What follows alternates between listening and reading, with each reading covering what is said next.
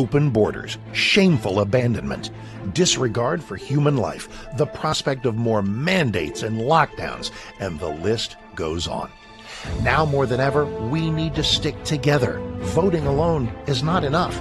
We must use our dollars to support like-minded companies that fight for our rights and beliefs. Patriot Mobile is America's only Christian conservative wireless provider who shares your values. Last year, we gave more than $500,000 to conservative causes. With your support, we'll give more than $1.5 million this year. It's time to band together and support companies that truly love America and fight for our freedoms. Will you join us?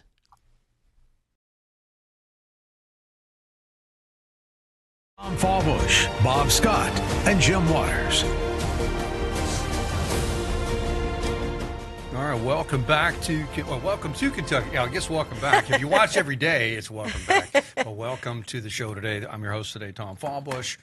Here on Kentucky's Voice, we have, of course, Debbie Robbins, and we have the third leg of the stool today. We have Bob Scott, and so when we have all three of us on the show, it is definitely. We're sitting upright, okay? It's a lot of fun. Exactly, a lot of fun, and we're sitting upright. So Bob's been traveling a bit. Debbie, you've been back. We've heard about your travels. So Bob, where have you been? Have you been? Oh, that's right. I got to bring him on. I got a whole. Well, if you can hear me, I'll tell you where I've been. Yeah. I've been, okay. All over the place. Yesterday, doing some things regarding my mom's estate, and then been out to Montana recently. We talked about that trip, and that's. We always say that God spent a little extra time when he was creating Montana, you know. Yeah. Well, yes, it's did. going to take me a minute to get my. this pulled up video-wise. So Yeah. Bob, we're going to go to you, but people don't want to Yeah, we'll find him in a you. minute. He's out there in So, Radio Land, which is amazing. But yeah. we are so excited. Our audience is here exactly with right. us. And we want you to text today. We're going to cover a lot of topics. We're going to cover a little bit of Fauci again. There's this huge issue in it's Europe huge. We where can't let that go. Spain is getting overrun by zombies. And it looks like a zombie invasion. No, it's really not that. It's really just this migrant invasion, and it's very dramatic. And it's like a moment that Spain is kind of panicking because you just got to watch this video. We'll pull it up, and it's just like for the West in general, we're coming at a point where, like, listen, are we going to protect our borders, or are we really going to just let the third world just come in and invade and take over? And it's the stories behind this stuff are crazy. These migrants are coming in. Invading a city, and they're knocking on doors, invading homes, and it's just nuts. You got the Spanish, a lot of Spanish nationals, patriots that are rising up in street gangs, going out and trying to round these people up. It's getting kind of crazy. It's like this little civil war kind of. Go model. for it, Spaniards. Yeah, right. Go. And Spain knows it's civil wars, right? It's had a big civil war, so it might need. I don't know. It might need that, but. Anyway, so that's going on. Let's see what else we have going on. We were going to talk to the governor some more. You had a topic you were going to bring up, right? Yeah, just in general, something positive, but the Dr. Fauci thing, it should have everyone sickened to their core. Exactly. It's something we've all known, but I thank you, state of Florida. That's what I've got to say. Bob, you know what we're talking about, right? With this Fauci issue, and hopefully the state of Florida is going to find a way to sue. Absolutely, Debbie. And they seem to be running at the forefront of everything right now. So yes, this is one we can't let go, folks. I mean, this is critical. He absolutely helped to devastate our country when he was held. And the beautiful thing is, and this is the beautiful thing, we now have his diary. Oh yeah, he was such an egomaniac that he wrote down everything. So he can't even run and hide from that. This was in his own words. Right. That he was saying one thing publicly, but saying and doing things differently behind the scenes. Right. Well, what I want to know is where the Department of Justice is on this auto pen case. I know they want to be able to prove beyond a shadow of a doubt to say that anything that got signed by the auto pen is null and void. So we kind of aren't hearing what's going on there, but I sure would like to know because that'll make a huge difference to a Fauci and anybody else that got pardoned during Biden's time. So, but hey, we're so glad. Well, Trump has already said he's probably not going to do anything about that at this point. So we'll see.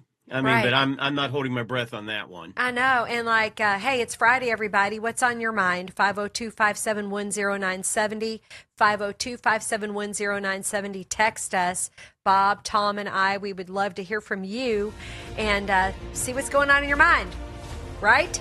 So, yeah, We'll be right Tom. back. Yeah, we'll be right back in a minute. But We're gonna watch Spain get invaded by by these migrants. It's crazy, folks. No, I it's, want it's the really, Spaniards to go nuts. Europe is about to, I think, suffer what they're asking for. So we'll be right back here on Kentucky's Voice.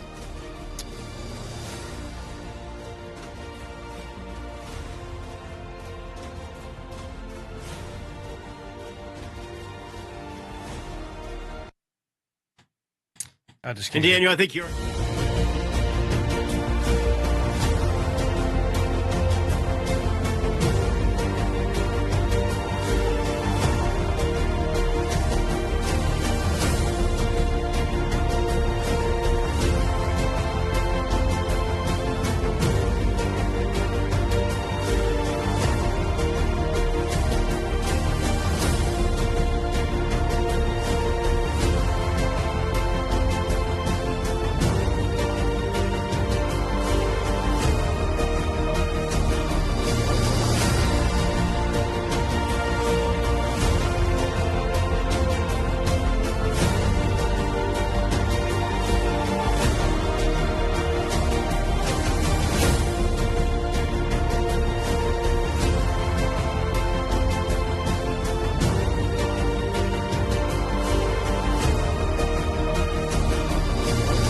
Online at kyvoice.org.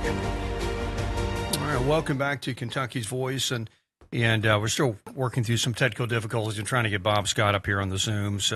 But guys, we've got this problem in Europe where they have this. First of all, Europe is really just one country outside of England. You really have to look at Europe as a single country, because the EU, when they created the EU, it basically said we're going to get rid of borders and we're just going to have one big economic zone, and everybody can move from one country to the next, and there's no border controls, and also they have a huge welfare system, right? Europe is known for its social safety net. And so the third world, especially those in Africa and Middle East, have really taken advantage of this.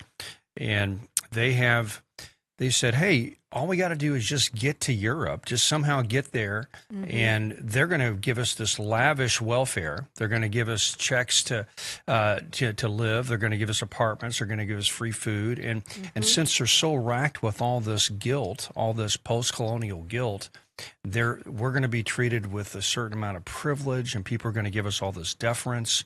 And let me just say, this sounds kind of it's what we're doing here. Same thing we're doing here. Same thing we're doing.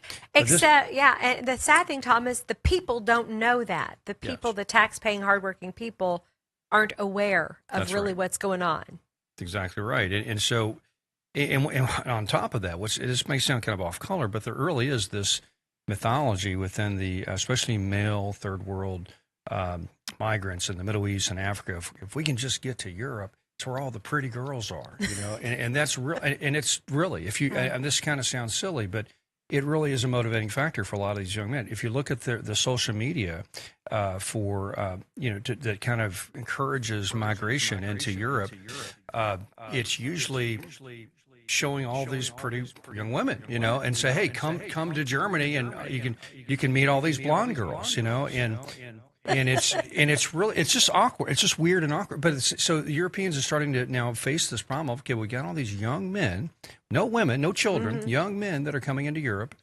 and they're really excited about being around our young women, and so that turns into a lot of problems from crime and everything. There's a lot. Let's just face it. There's a lot of sexual assault. A lot.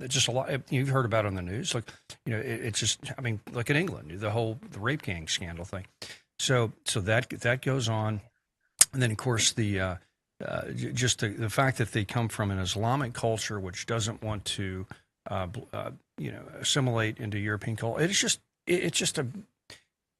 you're just setting yourself up for a balkanization and a civil conflict, and now it's getting to the point where, they're just running across the border, almost like in tribal waves, and people are like, okay, what's going on here? And so anyway, And their leaders need to be a Donald Trump and that's right. shut the borders down.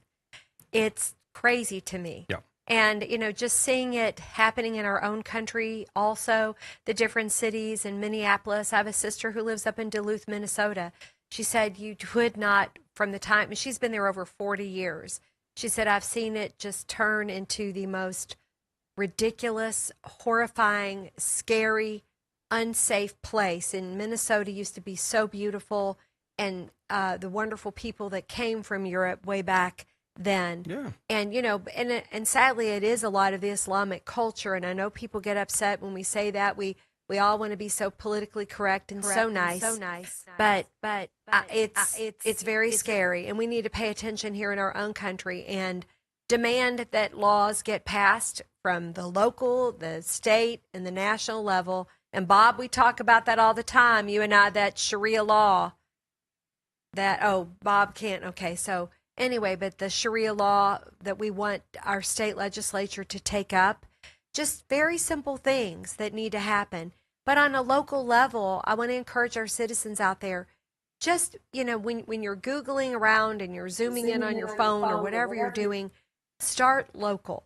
Find things going, or start national or international, and then work it back down to local and find out what's going on in our own backyard. And then speak up to your local representatives, because we the people. This is our country. This is our state. This is our city. We want to preserve that. It's not that we are bigoted, hateful, horrible people, but we love our country. We love our culture that we created. And it's a God-fearing culture. It's a moral culture. And don't be afraid to insist upon that, because it brings peace. It brings order. It brings unity. It brings a wonderful life for your children, for your family, for you seeking jobs and opportunities. But when you have people, he can, great. Well, Bob, what are you thinking about what I'm saying here? I fully agree with that. And honestly, how many of our friends, even our friends that are coming from the left side of the aisle, are bigoted and hateful people? I'd venture to say not many. Right. It's the extremes on both sides, that we're seeing that. And I couldn't agree anymore, Debbie. It's so critical. They want us divided. They want us divided. They don't want us working together and doing things which is going to be in the best interest of this country. Right. And that's what we're all fighting for. That's what we're fighting for here at Kentucky's Voice. True. We want to be your voice. Every single one of you that are watching or listening right now on radio, we are here for you, and Right. so I do encourage you to call our number, or actually text a question in or a comment, 502-571-0970. Yeah. Again, that number is 502-571-0970. We want to know if we're on the right wavelength as the audience, and I'm sure we are. And, I was seeing Bob a couple of days ago on the Senate floor. I got kind of tickled listening to the other side talk about how they're very upset with the left wing of their left side not voting the, quote, principles of the left. And the right's been doing the same thing. And, we're having that issue, too, with the Save America Act. So it's like the president said, if you're not willing to vote for the Save America Act, which is photo ID, proof of citizenship, then you just want to cheat. And, when we elect people on that local, state, national level, we expect them to, when we vote for a philosophy, which is the conservative philosophy, we expect them to follow that, right, Bob? And they don't do it. Well, absolutely. And that's the frustrating thing for all of us right now, is why they can't get the Save America Act. I think we know the answer to that, because Right. They like to cheat. It's probably, you probably have this drilled in your mind, because I've said it so many times, but it is in many extents one big uniparty, out there, that they don't want to see or give up control, in our country. And I'll say it, it's only going to be by God's grace. And I mean this in all sincerity, folks. the only way that we're going to get through this time and we're going to survive as a nation is getting back to God. Yes. You know, and prayer. all of us need to be humbling ourselves and praying and asking for God's guidance right now for a time such as this. Well said. Well said. So, yeah, and also I wanted to get into this today too, guys. And sorry, I've been not getting this. You've been taking care of technical Yeah, the technical things. issues. I think we got them solved somewhat. But we also wanted to take the day to ask people that listen to the program, that watch the program, to consider supporting the program. And we've had it's been a while since we've had sort of a share-a-thon, telethon to support this project. So I wanted to go ahead and just kind of put that out there today. And so listen, if you're a fan of this show, if you watch it at all, if you've got anything out of it, if you see the value of the mission, which is, hey, we're trying to bring conservative perspectives to local politics and local news, things that impact your life on a day-to-day level. And if you appreciate that, then we ask for your support. This is a nonprofit venture. All of us here, every one of us that are on this show, have put our own time and money into this. We're not making really a dime on this, and even this TV station itself is kind of. It's there's arguments there either way, that our TV and radio station argument either way, whether it's making any money or not. At the end of the day, it's paying for itself, at least to get it on the air. But anyway, bottom line, it takes some resources, and we could do more if we had more resources. We could bring on more reporters, more guests, have more programming, and but at the very least, we just need to continue what we're doing now, which is just getting the word out about issues that impact you. So we want to encourage you. You can go to our website, kyvoice.org, or you can go to WGTK's homepage. I think it's WGTK 970. Just go to kyvoice.org, and there's a link there that'll take you to our Give, Send, Go link, and you can donate there. And it's, if you ever use Give, Send, Go, it's kind of like what's that other service? It's not people use on YouTube a lot. It's Patreon. I don't know. It's like Patreon, like Patreon. But basically, you can just throw us $5 for those $20, whatever, $100, $1,000, whatever you got. We could definitely use it, and it will be. I tell you, every dollar of it will go into this project, and none of it goes into our pockets, or it's all just operational cost to make this thing happen. So we encourage you to do that. And listen, folks, we've said this a million times on this show. The politics that impacts you the most are local politics. Exactly. That's where you live. Who your governor is, who your mayor is, who your metro councilman is, who your state senator is, who your state legislator is, who your secretary of state is, who the attorney general is, who the dog catcher is. In your area is what impacts you more than who's in office as a president. And may I interject? Yeah. I don't think people realize that we get to do the job interviewing. We get to do it. Now, we just had our primary in May. That was the initial job interview to choose our team. So if you didn't participate then, I really behoove you to do it now for what's coming up in the fall, and to start from now until the next presidential election. Yes. Whoever comes up, do your research, interview them, make them accountable. Yeah, but we need your support because we want to represent your voice.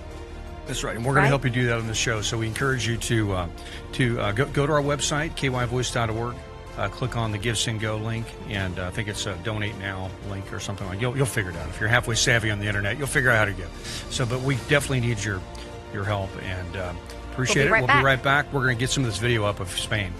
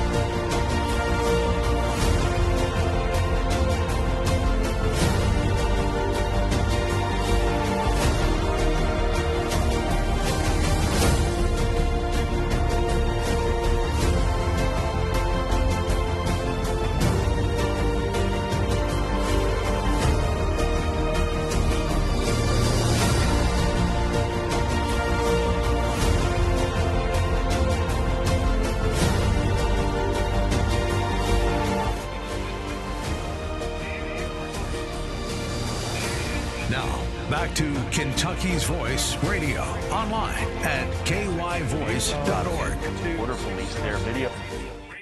Welcome back to Kentucky's Voice. We've got some video we're going to show you. This is Fox News. This is what it looks like. This video is kind of rough, but it's basically showing migrants just invading this island in northern Spain.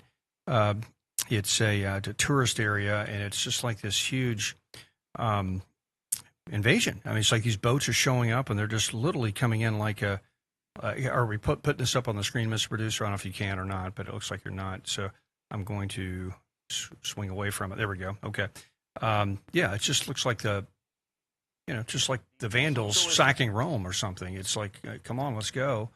And this is in northern Spain, and this has turned into a major crisis in that area. And this is, just one little area in Europe where this is happening, but it's very symbolic. I'm going to go back to another video here, Mr. Producer, while you go back to me, and then and this is what's happening last night. Now that they're in that area, they're rioting. All these. So go ahead and pull this up, Mr. Producer, and so this is what they're doing. So they've kind of got themselves into this town. Now they're rioting, and so they're like, hey, and we're here. You're going to pay attention to us now, and we run this place. And so the police are like, no, we're not going to do this. We need to. You got to go. We got to leave. We got to do something. So, Mr. Producer, go back to me, and then you can hear. I don't know if you can pull this audio up, and not, Mr. Producer. You hear these same immigrants yelling "Allah Akbar" as they're running down. Allah Akbar. There we go. So. I don't know if my computer's locking up there, Mr. Producer. So it's crazy. And the last piece of video I want to show you is this the Spanish people are sort of rising up and pushing back, and they're on patrol in these towns, going, okay, you guys got to leave. If the police aren't going to do this, then we're going to have you leave. And are they allowed to have guns in Spain? They're not. It's Europe, so. They don't allow any sort of firearms. And let's see if we can show this, Mr. Producer. You can pull this up now if you'd like. Hence the problem.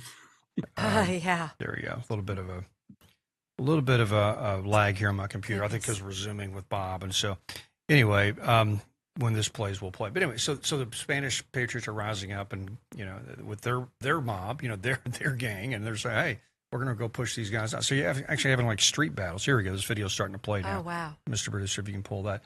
These are Spanish patriots, walking through their city, trying to recapture their city from these migrants, and it's look at them run, hey, there they are, let's go get them, and then the police are, with them. The police are with that group of Spanish patriots because the police know that they're outnumbered. So if we're gonna actually recapture this town from this migrant invasion, we need the actual citizenry to rise up and help us. So it's quite a dramatic story.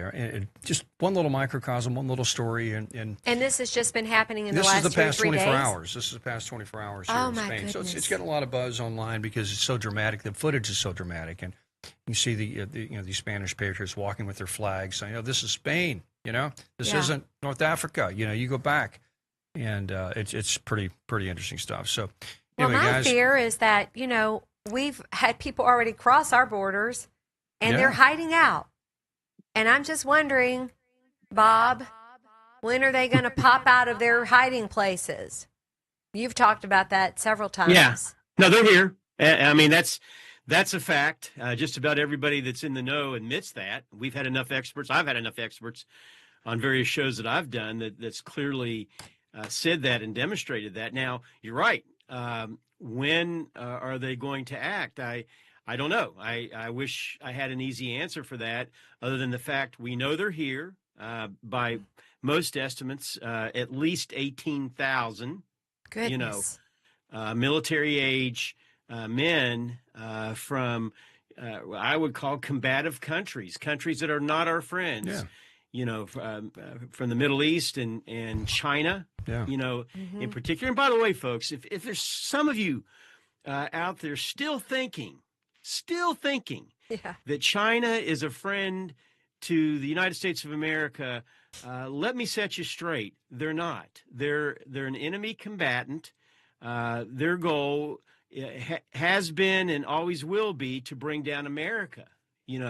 So we need to awaken to this, and we see it every day. We see demonstrations, over in Iran. They're trying to smuggle weapons, shoulder fired missiles. Right. When their leader said, "Oh, told Trump we'll never do that." Well, guess what? They're doing it and trying to do that. So that just happened yesterday. That's right. We're in a soft war right now, whether anybody wants to admit that. And now where do we go from here? I don't know, but God. Yeah, that's right. Yeah, well, we touched on that a bit yesterday. We are kind of heading into a World War III scenario. I mean, if you look at we'll shift from the migrant thing. We'll get back to that in a second because the U.S. What's happening in Europe, the U.S. reflects that trend as well. One difference between the U.S. and Europe is most of the migration in Europe is usually from Africa, North Africa, Middle East. So it's more Muslim. It's more culturally different than European. So it's much more, I guess, more of a bifurcation of the two cultures. A lot of the immigration we get in the U.S. is from Latin America, which is traditionally a Christian culture. So we're a little bit fortunate in that regard, but it's still a different culture, and there's still a different tribe of people, and people. Basically, when they migrate into large groups like that, they look out for their own interests. They look out for the interests of their group and their tribe, and so you end up getting these cultural conflicts. Yeah, right. These cultural conflicts between it's just like when in Rome was trying to bring in all these Germanic tribes and absorb them into the Roman Empire because they needed people. They wanted them to protect their borders. Well, the Germanic tribes never really became Roman. They liked a lot of things about Rome, but they never became Roman. And eventually, they took over Rome. Right. They just said, "Okay, we're the boss now." And because we're the ones that know how to fight. We have all the people. And that's historically that's what happens when you have a group of people that come in that don't assimilate into the broader culture, and they are separate in their identity. You're always going to have conflict down the road, and so that's what's happening in Europe. These Muslim immigrants are not coming in; they're not assimilating. They're creating their own communities, their own set of rules, their own Sharia law, their own enclaves, and they're like, "Tough, we're here. What are you going to do about it?" And we're going to take over. Matter of fact, we have more kids than you, and just give us another generation or two. We're going to run this town, and they're just open about it. In America, a little bit different dynamic, but still, it's the third world coming in, and so we're losing our identity and our communities and everything else. But anyway, back to World War III. Bob, you're right. Look at World War II. Well, how did World War II start? Well, it started with a bunch of small regional conflicts, right? It started with the Germans invading Poland. It was a little European war, or the Japanese invading China and Korea. And a little regional wars that just kind of we got to keep an eye on that. And then it grew and turned into a world conflagration. And you had these two ideological camps that were, you had the fascist powers and the communist powers, so which you can call those the authoritarian powers. Then you had the free world, and there were countries. So what do we have now? We have the West, we have America, Europe, a lot of the freedom-loving countries, and you got the axis of mischief over here, which is Russia and Iran and China. And so you've got these two factions now, these two global factions that are North Korea too. And North Korea. Them. That's right. Oh, yeah. That's exactly right. And then all their proxies as well, and all their terrorist organizations in the Middle East. So you've got Afghanistan, for example. So you've got so the world is on this sort of moment where are we going to head that direction? Because once the guns start firing, it's hard for them to stop. And because things happen, just like yesterday. What do? The Houthis in Yemen. They shot a gas tanker in Egypt, so now Egypt's involved. So it keeps growing, and all these countries are involved, and it becomes a conflagration. It's crazy, but then the president had a post on Truth Social yesterday saying today the Board of Peace reached a historic agreement for the complete disarmament of Hamas and all other armed groups in Gaza. That's interesting. So that was was good. A big deal. That's Yeah, that hopefully that can help tamp down a lot of the animosity that Iran has towards. But Israel. nonetheless, we need to pray. That's what our program's about, prayer and being involved. That's right. And educate ourselves. And be wise, because America, we got to keep Iran from getting a nuke. I'm sorry, we still got to do that, but I don't know how we do it without starting World War III. Bob, we'll get your opinion on it when we get back.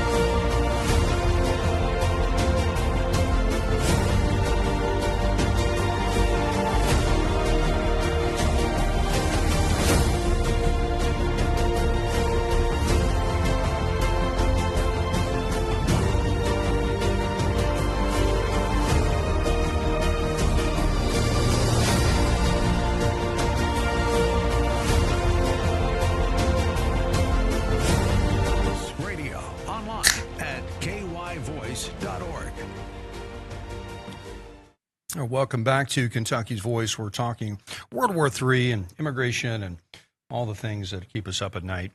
And and here in Kentucky, some of that stuff seems far away. It's like, oh, this is the Middle East, da da da da. But this is a global world now, and people can be within 12 hours. I can be in Israel, right? I mean, just so there is no distance now in the way that we operate. And listen, we have a lot of folks in this town that are hostile to a lot of the ways we think. I mean, not to paint all Muslims or threats, but listen, there's a lot of people that are they're not very fond of Israel and Louisville. A lot of people that aren't very fond of us as a country here in Louisville. And with all the immigration, shame. so it's a shame. It's just so this stuff is close to home. All the Debbie and Bob, if you invite the third world into your country, you bring in the third world problems, right? Just like Mondami. Mondami is saying, I'm going to lock up the president of Israel. Well, why do we have to deal with this? Why do we have to deal with these little tribal hatreds that import them into our countries because of this immigration problem we have? Right. We're just bringing in the third world. We bring in all their problems. So anyway. Well, that's why, again, our program is so important because we're all citizens, me, you, Bob, all of those that are listening with us. And in today's world of social media, where we no longer have, only NBC, ABC, CBS, and then Fox, we have all kinds of sources, good and bad, to get our information from, that we all have to be so aware of what we're learning or what we're being fed or what we're being conditioned to believe. I'm looking at a headline right now, Tom, speaking of this, saying Benny Johnson, another guy who loves to comment, was saying it's insane. Spanish woman cheers on. She cheers on, Tom and Bob, the illegal invasion of her own country. That's right. She said because these people have been brainwashed to the point to hate themselves, where they welcome their conquerors with open arms. And that's happening in America. I mean, I have a 21-year-old son. I talk about it all the time. Bob has kids. I'm questioning him when he brings up something. I'll say, now, where did you read that? Or where did you see that? Let's talk about the source. And it's infuriating. But that's why I know we all just want to live our lives every day. We just want to be people, take care of our families, have wonderful celebrations, do all those things, take care of sick parents. And I wish we could just do that the way we did 60 years ago. Right. But we've got to add a new slice to our life, don't we, Bob? We've got to take care of our country.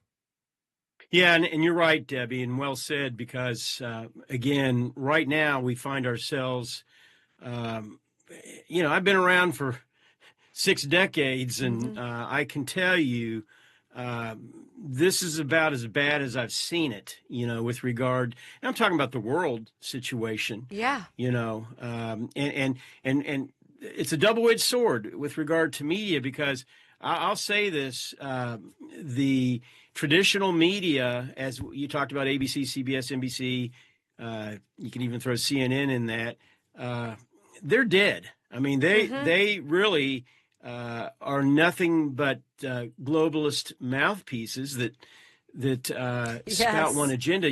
When you don't cover a sitting president's address, that affects everyone.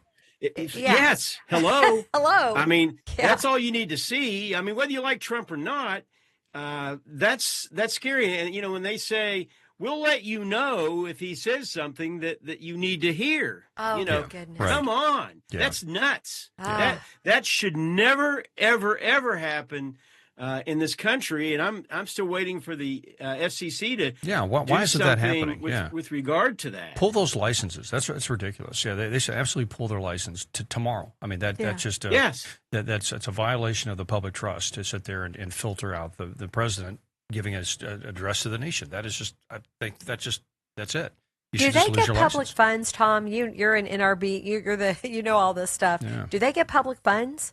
They don't, but they get a privilege of owning a piece of the spectrum, a piece of the airwaves, and so it's a license that's given to them by the government, and they have an obligation to uphold certain public trust, with that, and you have to do a certain amount of public service for that, and part of that is you're a news organization, and you need to And if the president's going to speak, we need to hear it. That's right, exactly right. It's not upholding their obligations. So I think that's the president's right, and they should absolutely do that. I don't know where that is, but they should absolutely at least fine them for if nothing else, and if not take their licenses away. But anyway, so back on the migration issue. I guess that's kind of a theme of the show: migration and World War III.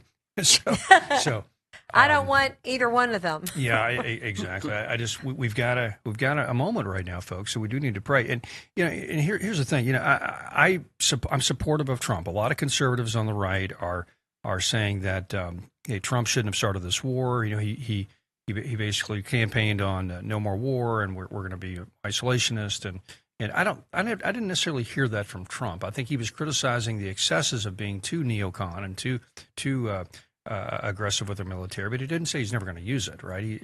And there's a times where it's appropriate to protect the country. You have to use the military is there for a purpose to protect us. And if Iran is constantly belligerently saying that we're going to create a nuke and we're going to attack the great state in America, and they're getting close to doing death that. To America, death to America. Israel is enough for me. Over and over and over and over. And I've said this before. If you had a neighbor that's building a cannon and he's putting a sign out front every day saying, I'm going to kill your family. I'm going to kill your family. And is building a cannon right in front of his house pointing at you. It's your obligation to go over there and destroy that cannon and take the guy out. That's just because one day he's going to do it. That's right. And so that's what Trump did. He goes, listen, these people are really serious about it. They're nuts. They're a bunch of Islamic cultists, they're not even rational. And they've killed tens of thousands of their own and people. Thousands of Americans in 47 years. And they've been killing us for 30-some years. Right. I mean, like I said, I've said this before. There's a statue right down the street in front of Southern High School here on Preston Highway of a Green Beret who was killed by the Iranians in Lebanon. And this is like the late 80s, and so they've been killing us for a long time. And so these people are serious about it. They don't like us, and they're also not even rational about it because they believe in this sort of end times Islamic, 12er kind of, because Christianity has its end time scenario of the Book of Revelation and all this. Well, so does Islam. They've got their end time scenario, and these Iranians really believe that if they create chaos, if they create a bunch of wars, and that they're going to usher in the return of their Mahdi or of their 12th Imam that is going to bring Islam to the world. So their religion incentivizes them to create this chaos and to start this bomb, create this bomb and attack their neighbors, and so that's who you're dealing with. You're dealing with just a bunch of and so historically, what's America and people in the West have done with groups of people that are just unhinged? You have to go in and put them down, and you have to do it physically sometimes. Just like the British in England, in India, they went in and shut down this group. I forgot that they worshipped the goddess Kali, and they would just go around and kill people all the time. They were like this murderous cult in India, And the British Empire was like they were controlling India. It's like, well, what do we got? We got to put these people down. They're just killing everybody, And sometimes there's groups of people that develop a culture and a mindset that are just toxic to the rest of us, and sometimes you just have to just take them on, or else you're going to die. And it's just kind of real cut and dry, and that's where we're at. We've got to. And we live in such an affluent and comfortable time, and especially in America, that those sort of thoughts are just uneasy to us. It's like, really, we got to do those hard things? I'd rather watch Netflix. I mean, I got to deal with this issue of Islamic nutters wanting to blow us up. But yes, you do. Yes, you do. And it's time to put your big boy pants on and go deal with the world. Now, thankfully, Trump has a good instinct, guys. He's got a good instinct to not want to get into these long-term conflicts. So and I've said this before. It's like Nixon going to China. I only trust a ardent anti-communist like Nixon to actually go negotiate with the communists in China. Well, I only trust Donald Trump, an ardent, anti-interventionist, somebody that is a bit, very skeptical of getting involved in these prolonged, Middle Eastern wars. I only trust him to take on the problem of Iran. And I think that's why I'm so supportive of this. I trust the plan. I do too. I'm going to ask you guys, Bob. Can I ask you? I'm sorry, and we need Bob in here. I'm going to ask both of you. I mean, I have a 21-year-old son, and I know you have a son, maybe one or two. Bob, I can't remember if it's one or two, but do you all think it's a good idea for, and women if they want to, at least to have to go to a boot camp at some point in their lives, maybe before they get out of high school, to learn? Young people. Yeah, just You know, all, I mean, yeah. not just the like draft. Israel to send everybody to compulsory service. I mean, Yeah, it's a thought. I just think we're almost at a point where they just don't understand freedom. What do you think, Bob? Or Well, I know I'm it's- chasing another topic. No, we had a discussion this morning, and I have two sons. One is about ready to turn 21. The other one's almost 25, and he is serving in the military right now. But Caroline and I, around the breakfast table, we were having this discussion. With regard to what do we do? How should we proceed? Right now, and we know that there was a time that in our country, I know I grew up where you had to mandatory. There's a mandatory. So is really honestly, you are required to at least register for the draft. Selective service. Yeah, and I would prefer in a perfect world that we keep it pretty much as it is. But that being said, and this is what I guess the point I'm trying to make real quick. The failure, this is the failure, and this is the failure of our educational system, which has been taken over by the extreme left. Now, don't get me wrong, there's some good conservative Christian We're fighting. Teachers out there, but they have not been taught properly, and I'm talking about our youth. In fact, it's been quite the opposite, but they haven't been taught properly the dangers of Marxism. Marxism, we've talked about it ad nauseum on this program, has never, ever succeeded anywhere. In the history of its existence, its vile existence, it has brought death, destruction, mayhem. There is nothing good about it. Now they initially up front try to sell it as being something really great, and everybody's going to have a home and everybody's going to have enough food. But it's quite the opposite. So that's where the failure has been, is to really educate our young people to understand that it brings nothing but misery and death. Yes. Yeah. Well, in my opinion on that compulsory service, it's an interesting idea. Practically, it doesn't really make sense from where the military is these days, because the military isn't going to be fought with infantry and tanks anymore. It's going to be drones and robots. So what you really need is a military, a bunch of not really know how to play good video games. But we need physical. We need discipline. Not so much. I mean, you do, but it's really the military conflict is changing so dramatically in the next 10 years. It's going to look like something out of Star Wars, and it's going to be so weird that we're not going to. Actually, you want to keep people out of it as much as possible. So we'll be back. So AI is going to fight it. We'll be back. No, but really, you just don't need these. Well, you just don't need these big armies.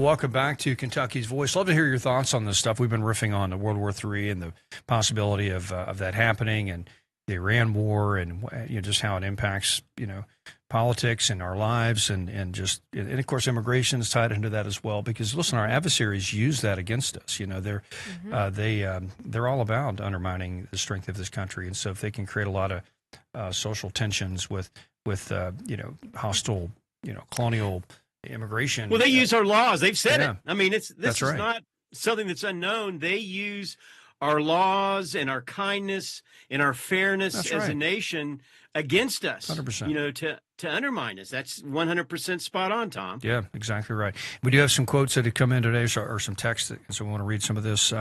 Trump needs to ask the anti-war Iran reporters, which city in the U.S. would they prefer to be bombed first by Iran? So that's Good question. That's a great question. I'd love to see him ask that next time they come after him. Say, well, what are you, war? You're anti-war. What's going on?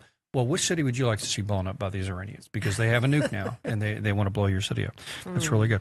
The other quote is, we need to get homegrown militias to protect our communities.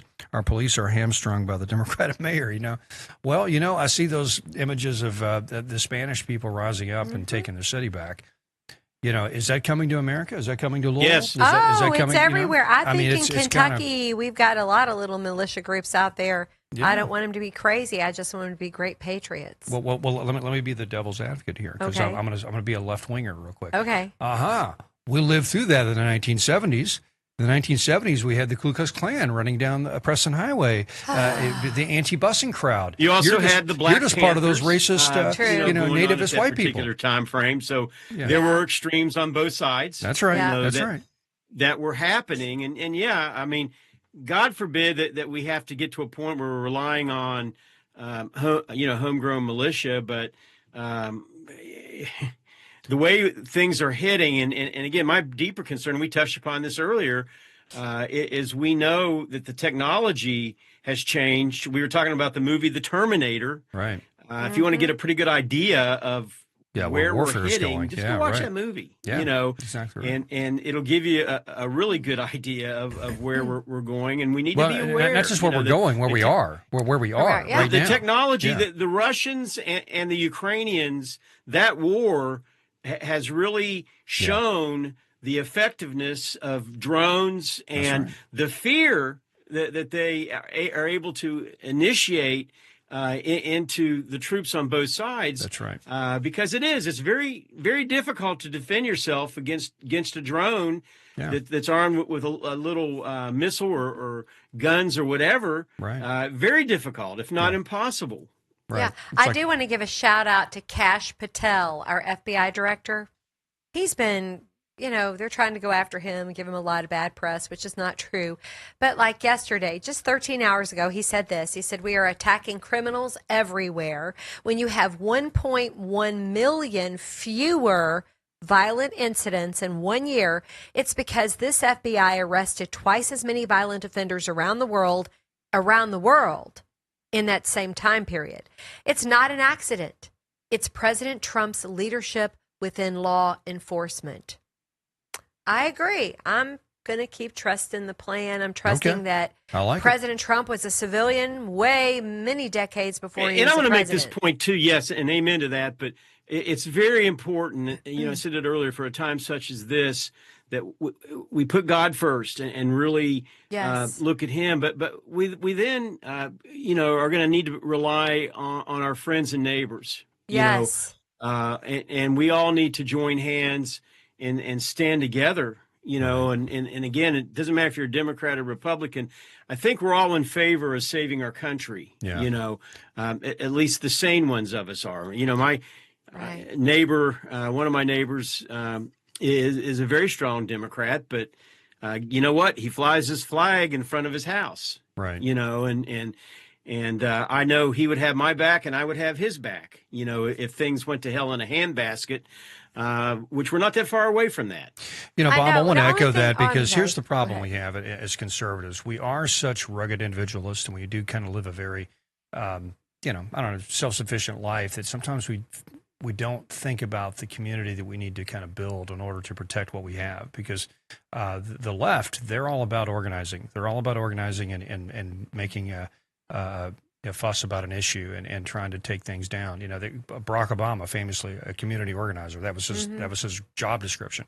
And so the right needs to be a little better at that. And our founding fathers just assumed Americans would do that. That's why they wrote the Second Amendment. They said, listen, if there's ever going to be a problem with a tyrannical government, we're going to have our communities of people that knew one another that rise up, and they're going to be armed, and they're going to deal with this stuff. So the comment of this fellow earlier, we need homegrown militias to protect our communities.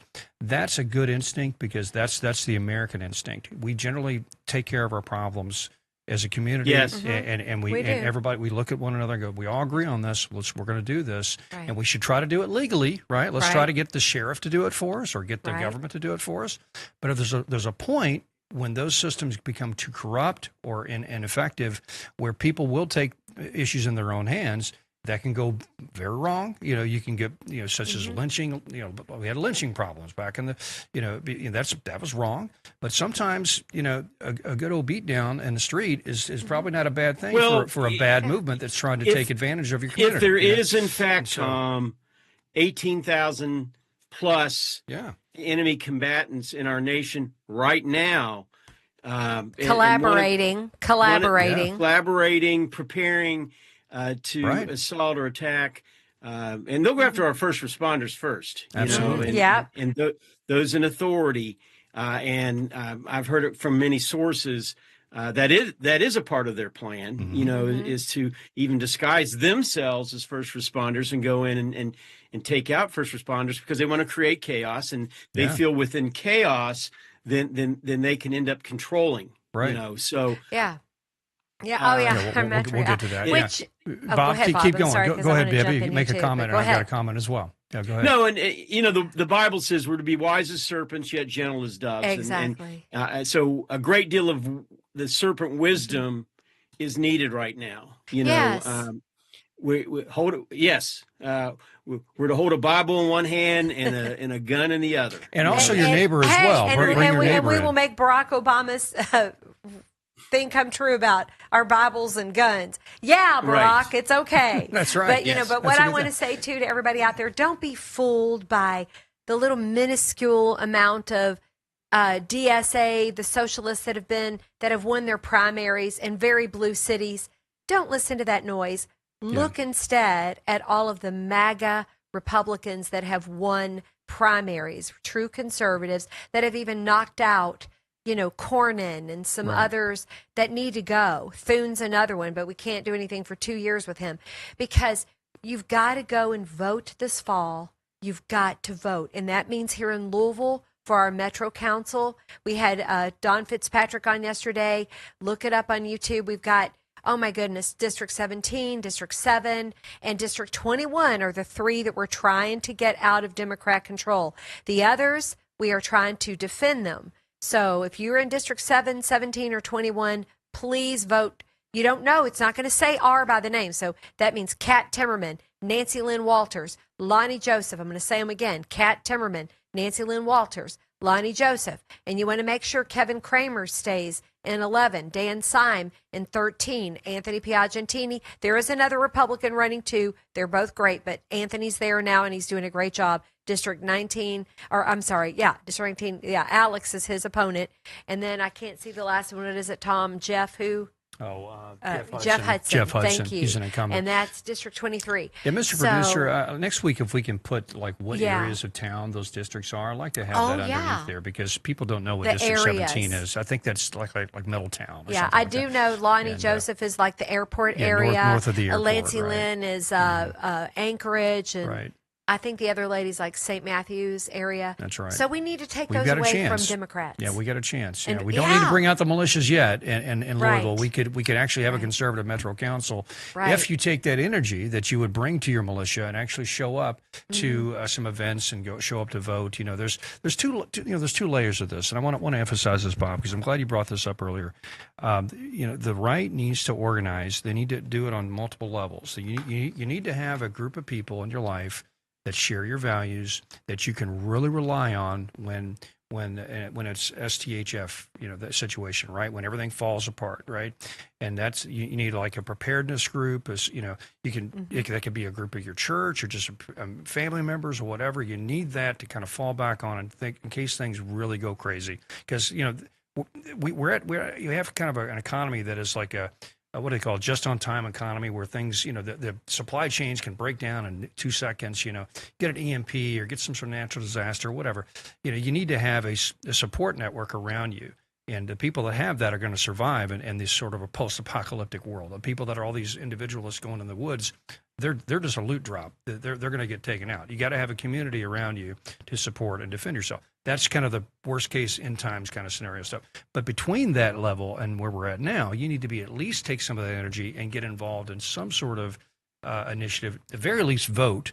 But beyond that, get involved in some sort of activist group or community or some that's actually moving the needle on something. Because, like I said, the left is doing this; they're really good at it. And now you can say, well, the left just pays for it; they just use USAID money to astroturf all this stuff. But no, there are a lot of people that really believe this stuff on the left, and they're willing to show up and have fights in the street. The right needs to get realistic about organizing and politically, and also. The back of your mind, also this group maybe could be useful if things really fall apart. Maybe we can all get together and fix things. And so, just you know That's what I'm good saying. Advice. On a gut level, you know what I'm saying. And so get real about it. But you got to think beyond your own little isolated, individualistic circle. You need to get beyond and connect with some other people and say, hey, we all think this together. We're going to take care of one another, and we're going to go.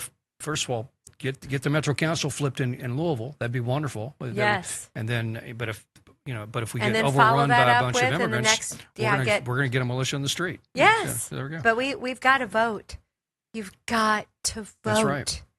I beg you, everybody you know that's a registered voter and that's like-minded, you've just got to talk about it. Yeah. It's like that scripture in It's Deuteronomy. critically important, Debbie, Yeah. and we know that there's at least one Democratic socialist right now serving on the Louisville City Council. So they're here in Louisville too. That's Yes, right. they That's are. right.